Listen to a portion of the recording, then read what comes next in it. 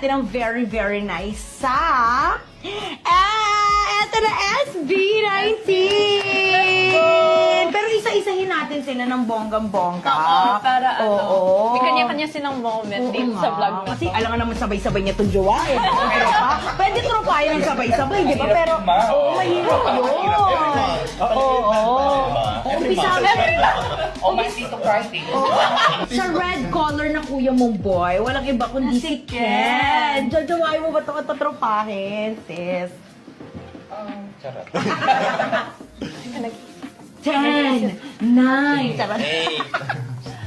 Alam nyo, 50-50 ako kay Kenen. Ay, bakit naman? Napapaisip ako. Parang buhay lang. Hindi, pero tropa ko yan si Ken. Nakakausap ko yan na since last year na magkakilala kami sa Pepsi commercial.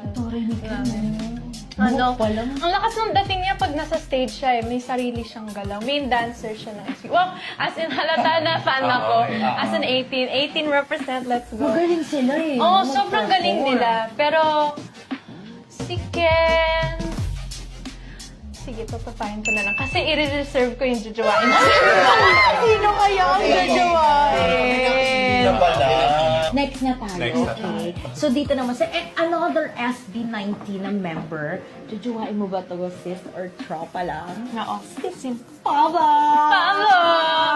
Toro, ito, tinalo na naman yung buhok ni Mom. Umiyan ka.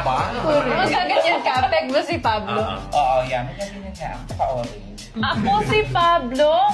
Pwede bang third option? Collabin? Collab? Third option. Hindi siya third option. Mag-collab. Kasi sobrang henyo talaga to as in sobrang hanga ako sa kanya as a producer and a writer. As in, sobrang galing niya. Gusto ko siyang makakollab sa songwriting. Why not? Why not coconut? Why not coconut? Talented pala. Oo, sobrang talented yan si Pablo. Actually, silang lima talented. Sobra as in. Magagaling mag-perform. Pero lahat ng mga halos lahat ng mga kanta nila, siya nagsusulat, tapos yung late single nila, yung Where You At, siya nag-produce, tsaka nagsulat. Grabe. As in, alam mo yun, sobrang fan ako talaga. Diba? Oo, yung No Stopping You remix, stream it now on Spotify. Wow, nag-promote! Pero, sis, jowa, tropa lang. Tropa yan, pero collab. Pang collab. Oo, yun lang sa akin. Nag-upgrade. Bukod sa tropa mo, may Bukod sa tropa, collab. gusto ko mag-collab kami. Oo. So, eto naman, next. Jojowain mo ba to o totropahin mo? Si Stel! Sister! Kaya din boss. Siya ang Grabe Bayan mo nito! Ang boses niya. Gwapo naman lahat, pero gwapo to. Parang iba yung dating nga ng 2 piraso niyang bangs. Sobrang tuwang-tuwa ako dyan kay Stel. Bukod sa sobrang talented siya at ang ganda ng boses niya. Tsaka yung mga choreography ng SB siya gumagawa. Sobrang bait niya, ang ganda-ganda ng aura niya. Sobrang friendly ko siya. Consistent ako sa sagot ko na gusto ko siya maging best friend. Ganon. Pero feeling ko, kutob ko lang to. Pag parang kung sino man yung magiging jowa or kung may jowa man to, swerte siya. Kasi feeling ko, he knows how to treat kung sino man yung jowa niya. Right? Yung ganun ba? Hindi good for him. Kaya Dr. Panboy, hindi naniwala. Hindi, sige. Kasi nga, meron akong nire-reserve.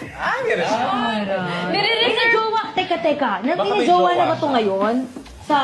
Kanina si Kuya Robby. Si Kuya Robby pa lang yung nagjojowa. So ito na nga, next naman tayo. From Stel, dito naman tayo. Sis Jada, jojowain or totropahin mo ba si Josh? Si Josh!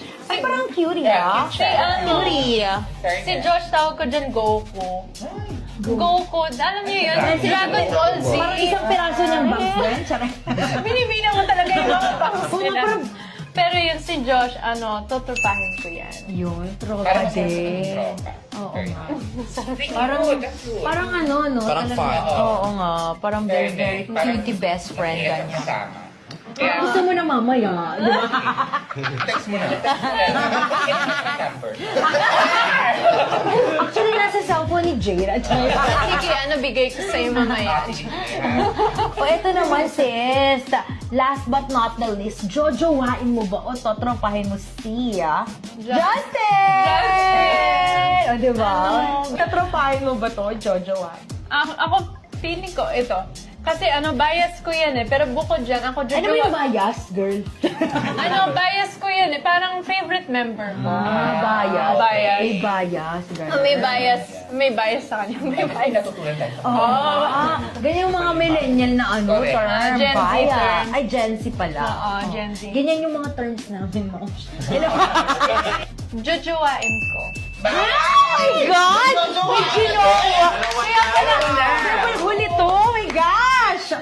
Si Justin, alam mo yun, feeling ko, Natin kung, Parang Koreano!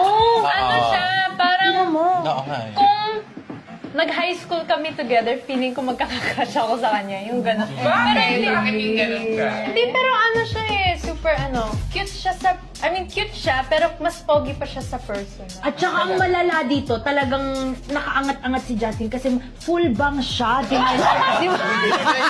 Yung iba parang tigwa one piece lang, di ba? Yung full bang. Jowa. Oo, pero cute yan si Justin. Tsaka yun nga.